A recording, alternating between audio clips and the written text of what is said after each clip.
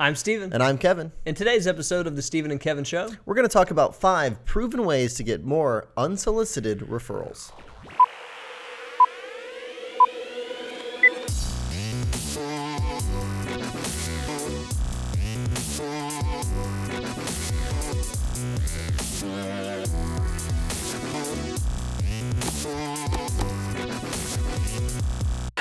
welcome back, everybody. This is episode number 37 of the Steven and Kevin Show. Today we're going to be talking about 5 ways to generate more unsolicited referrals. So we draw the distinction between those that you proactively generate by going out, shaking the bushes, if you will, sourcing names in our parlance, and asking to be personally introduced. Topic for another session. But there's a nice proactive way to go about this where you're helping clients help you get in front of new people. Today, we're not really talking about that, Kevin. No, we're talking about unsolicited referrals. And we're talking about just, 5 things that you can do that we know will contribute to more unsolicited referrals. And it's tough, right? Because it's very reactive. You're not asking for referrals. Au contraire, Kevin. Today we're talking about proactive ways to generate these. It's as proactive as you can possibly be without asking. Yeah, right? Yeah, exactly right. Yeah. But if you ask advisors since the beginning of time, what's the number one way that you grow your business? And everybody will say, unless they're brand new, referrals. That's right. Right? Yep. The clients send them in. But there's some underlying behavior that has some advisors bringing in a heck of a lot more referrals than others. That's right. Before we get started today, we received a phone call from a hater recently. I want to label her as a hater. A hater. No, she voiced displeasure with our show. She called in here and wanted to speak with myself or Steven. Steven, I think you were out giving a speech or something, and I was in the office. I said, yeah, I'll talk to her, and I got her on the line, and she said, I just wanted to tell you, your show is too goofy. It's too goofy, and it's not going to work. It's too goofy. And I was thinking, oh my gosh. And then I said, well, fill in the blank for her name. You don't have to watch it, which, by the way, is pretty brazen for me. I was going to say, right? And because here we are doing a call on client service. Well, I said you don't have to watch it; it's totally free. It's something that we're doing for the industry, and and we're having some fun with it. Sorry, we're having fun with it. We're trying to have a good time with it, but you don't have to watch it. And she said, well, there are some good stuff in there. And can I get all the giveaways that you guys have been giving away on the show? And I was thinking, hold on for a second. You call into voice your how unhappy you are that the show is kind of goofy or zany, whatever you want to call it, and then you want all the giveaways that come with the show, and it just really rubbed me the wrong way. So, but you might be watching right now, and you know who you are if you're watching right now. Well, thank you also to those who've shared positive feedback with us. It keeps us going and motivated. A guy the other day said whenever he's on the treadmill, he watches the show, which is pretty cool. Yeah, and we've certainly got some fans out there who watch a lot of them. We love that, so thank you. And thanks for telling us about that as well. We love getting the good calls and the bad for sometimes. Brings up a good quote, Kevin. I can't claim credit for this one. But you might try and claim credit for it. But Bill Gates once said, your most unhappy customers are your greatest source of learning. Great. Okay. Fun, so maybe we should stop being goofy or I resent the term goofy on our call. I think we have conversation that's unrelated to financial services occasionally, and there's nothing wrong with that. And I think that's what she was saying. Like, she really didn't like the one where we did face swapping or something. Sorry to waste her precious time. I know. That's what exactly. So anyway, usually if you call, we're very nice to you, by the way. We are. I am a nice guy. Let's get into our 5 here, Kevin. Okay. Stop goofing around. We got some ground to cover. And so these are 5 things that you can do proactively that are going to help you generate more referrals from people. And generally speaking, the advisors who are better with service and who make an effort to engage their clients in a human way, developing some rapport, they get a lot more referrals than advisors who are way too businesslike, way too focused on the numbers, not real proactive.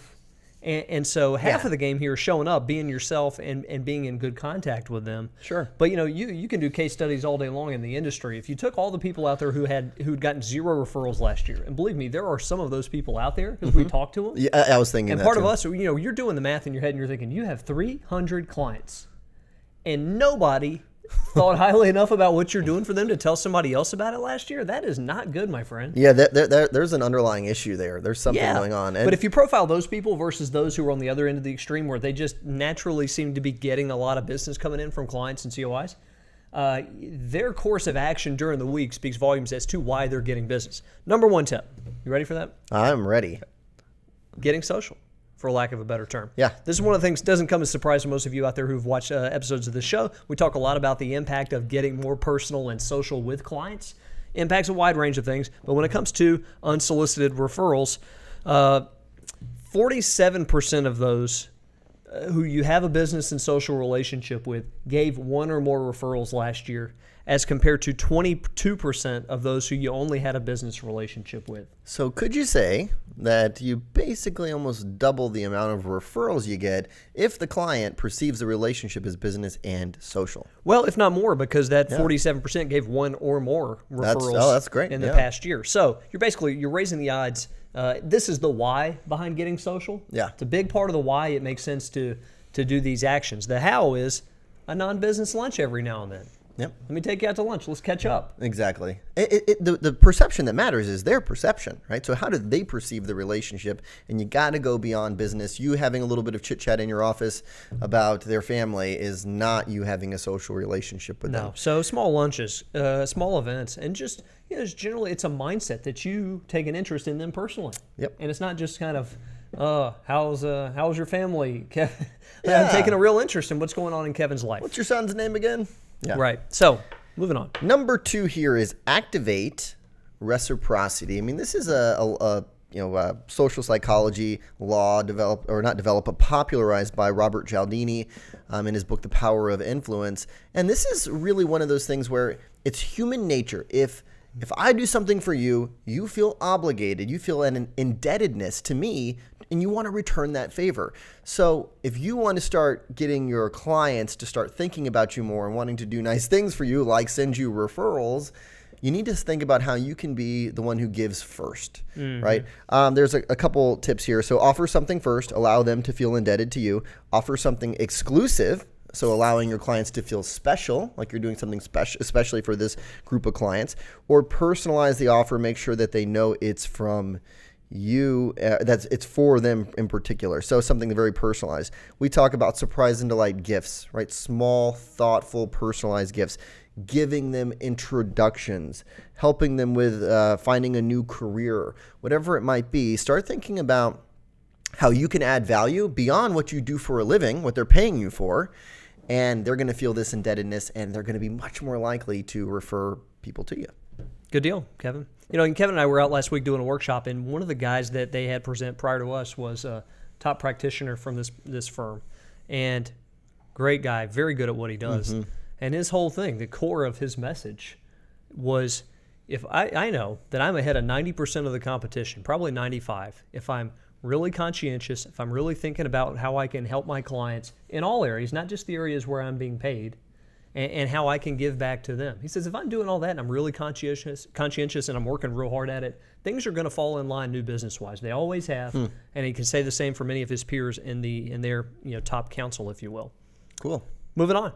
Hey, one of the, I would say the most important, Kevin, as we were talking prior to this call, the most important of the 5 is an in-office experience, right? If you can do everything else right, you can wow them with small gifts, you can get social with them, but if they come into your office and get a really crappy review, or they don't come in very often at all, or your office is just a total dump, they're going to have a hard time connecting you with other people. They're not going to feel confident in referring you. So when you put a wrapper around the whole in-office experience, there's a lot that goes into it. The warmth of your receptionist when somebody comes in. Yep. The quality of the actual review or strategy meeting that you're having with them. Sure. Right? The little touches, like you remembering that Kevin likes sugar-free Gatorade or whatever it is, right? Whatever their needs are. I do like it, but I like it with sugar. No, you're a Vitamin Water Zero guy. Yeah, that is true. The lemonade. But if I'm Kevin's advisor and I remember that, and I got him a Vitamin Water Zero lemonade flavor, Kevin remembers that. And I think you are top notch. You do. What you send afterwards too, right? In terms of follow up material. So I love that, Stephen. That is like the core of this entire approach. I mean, you can't just go out and start building social relationships with people, but the in-office experience is crap, right? Yeah. Like what you provide is not very good, right? Yeah, and part of that is just having, we call it total recall. I want to remember everything I can about Kevin. My memory's not great. I'm going to have to write it down, but that's okay. I'm going to bring up things that he's mentioned in conversations past about the fact that he's converted from being a Chargers fan to a Panthers fan or whatever it is. Right. I want to remember these things so I can bring them up. And he thinks, man, this guy really thinks a lot about me. He has, he really has been paying attention. I like that. First class in-office experience. The next one here is all about top-of-mind awareness. And look, we're going more and more, getting more and more into the digital age. We're communicating more online. And so this one's all about interacting through social media. And really the point is that you can have more touch points, especially like, for example, if Steven's my client, he and I were friends on Facebook.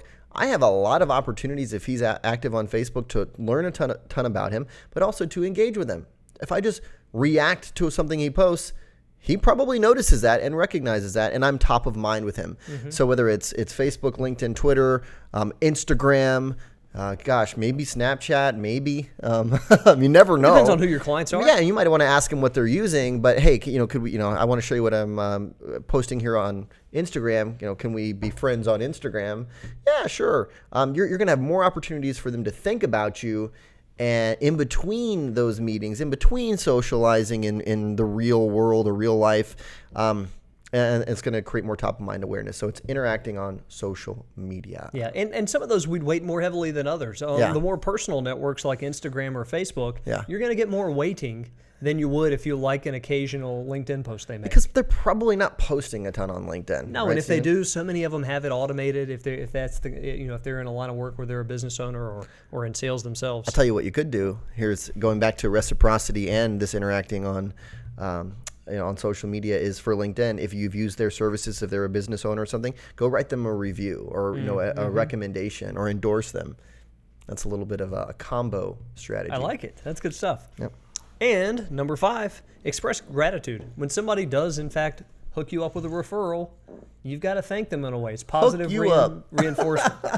Have you never been hooked up with a referral, my friend? I like that. But when somebody does a good deed for you, show your gratitude in a way that's really thoughtful, right? All of you, unless you're really having trouble in the social department, are going to say thank you.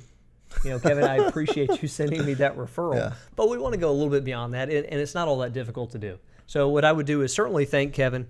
I would make it an effort to immediately send out a thank you note. That's good. Or at least a thank you email. I'm going to send maybe a thank you gift. We've had some interesting ideas from advisors over the years. It could be a little something from a local bakery that they like. It could be, we had one advisor who would send these Tiffany wine glasses, and she knew the client would want to complete the set, but she's only sending one at a time. Wow. So you need to send some more. Subconsciously. So, right? okay, so the next referral you give me, I'll send you the other glass, or I'll send you another one. You just keep. The next time I send you one of the plates in the set. Oh, I thought they were sending just like one glass at a time. I'm just kidding. That way you move their cheese a little bit. They're like, now I got to send 8 referrals to get a set of 4 here. Both that of is really. That's good though, but it's interesting. So you don't go too over the top with it, but I think it's Pavlov, man. I mean, you are rewarding that action. Right? Yeah, absolutely. And you're not making a huge deal about it, but you are sincerely saying thank you. You're sending them a little gift or a note. And then later down the road, make sure to bring it up occasionally. 3 or 6 months down the road, a year later, bring it up again. That's smart. Hey, Kevin, I just want to thank you again for sending the Smiths over to me. We enjoy working with them. Just remembering the connections there. And most of you in your CRM system have a way to denote who came from which client, right? How did that person arrive at you? I really like that because what it's going to do is it's going to make them think about the fact that they've referred to you in the past. People like being seen as a connector in that way. So you're saying put something in your calendar 6 months down the road, give them a call and say, hey, just wanted to tell you we just met with the Smiths. Great people. Thanks so much for sending them to us. I was just thinking about you. And at that point, you don't ask for a referral. No, not at all. No, you're just subtly replanting the seeds. I like it. All right, on that note of kind of planting seeds, the last one here is subliminally programming clients. And that sounds like brainwash. What are you thinking here? Last one? Is that number 6? That's number 6. It's a bonus, man.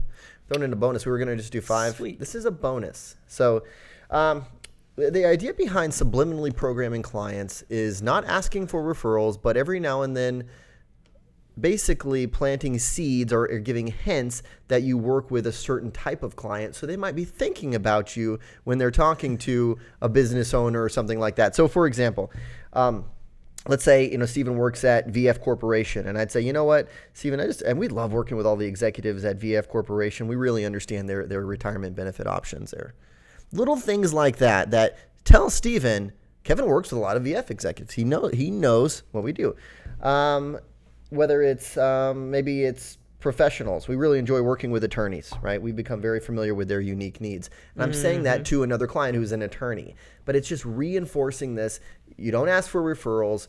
I'm planting seeds, and I want Stephen thinking that, oh, Kevin knows what I do or this particular niche. And that's not something you say once in the first meeting with them. And it's not something you say once a year. You say it often enough, because part of what I like there is that you're subconsciously programming them not only to think about sending you referrals, but also to know that you're a specialist in that niche. Yeah. Right? If every time I talk to you, I'm like, man, we've got a number of attorney clients like you. We really enjoy attorneys. Exactly. For whatever reason we click. All of a sudden, you're thinking of me as the attorney specialist. So if one of your attorney buddies is asking you questions about financial advice, hopefully you'd refer me anyway. Yes. But now you're going to be saying, oh, you need to work with Stephen. He works with a lot of the attorneys in town. He really knows what what our needs are. I like it. Pretty cool. So when you put the whole picture together, you get a yin and yang here. Again, back to the zero referrals kind of people. There's some advisors who do the bare minimum for a certain subset of their clients at least, right? Yes. You come into my office periodically, or perhaps we have phone reviews. We get down to business. We get it done. You get out of there. There's not a lot of chit-chat. There's not a lot of extra effort involved in any way, right? You come in, we cover the function, and you get out. I'm not feeling great as your client about you, and I'm not sending you a lot of business, right? Right. But when you mix together all of what we're talking about here between, let's say I take you to lunch every now and then socially. Let's say you get an invite to a client event. Let's say when you do refer me, I really seem so thankful. Yeah, you interact with me a lot to me. A couple times a week on Facebook. I mean, I'm thinking about you. You're thinking about me. And you're going to give me some of the stuff. You would sure hope that every one of your clients would send you the low-hanging fruit. So if I'm Kevin's buddy and I'm like, hey, Kevin, my advisor, is no good. I need a new advisor. Who do you recommend? Right? I would think that Kevin would be like, oh, yeah, my advisor's great. You should work with him or her. But it's not always the case. Yeah, and you want them picking off the people that aren't so low-hanging fruit, yes. Right? If there's somebody's begging them, give me a recommendation, Kevin, for a good advisor, who do you know? If they don't recommend you in that circumstance, you're really doing a lousy job. You got a big issue. And we know that's not the case for most of you, by the way. You're very conscientious, or you wouldn't be listening to Somewhat Self-Help podcast on improving your business. Don't even say self-help. This is business. This is like 20 years past self-help. There's nothing wrong with helping yourself. It's education, my friend. Yep. But my point being, if you're doing all this stuff, if you have that type of relationship with somebody, you're going to get a lot more business from them, and it makes your marketing a little easier. You're doing right by your clients and giving them a chance to connect you, to hook you up with referrals. Not to mention, a lot of these they build loyalty as well, right? If I'm doing a lot of these things like getting social and you and I are friends on Facebook, I'm kind of getting my hooks in deeper and deeper to you as a client. And I think it's going to be one of the advisors I worked with. He said, when I become friends with my clients on Facebook, I just think, man, they're going to have a hard time firing me. They have to unfriend me as well. And how awkward is that? So anyway, one thing here, we do have an event coming up. It's next month in Charlotte. It's called the Affluent Marketing Symposium. It's September 22nd and 23rd. It's a day and a half packed full of marketing ideas. Check it out. We only have 6 seats left, so we're almost sold out. So make sure you give it a look. And I think you can go to oechsli.com/ I think it's live events to check it out. Yeah, just go to our website and you can feel there's a tab called events. Yep. So, and if you're watching this delayed and you already missed the symposium, that's all right. We're going to do another one in Austin in late January. We are. So stay tuned, everybody. Thanks for joining us.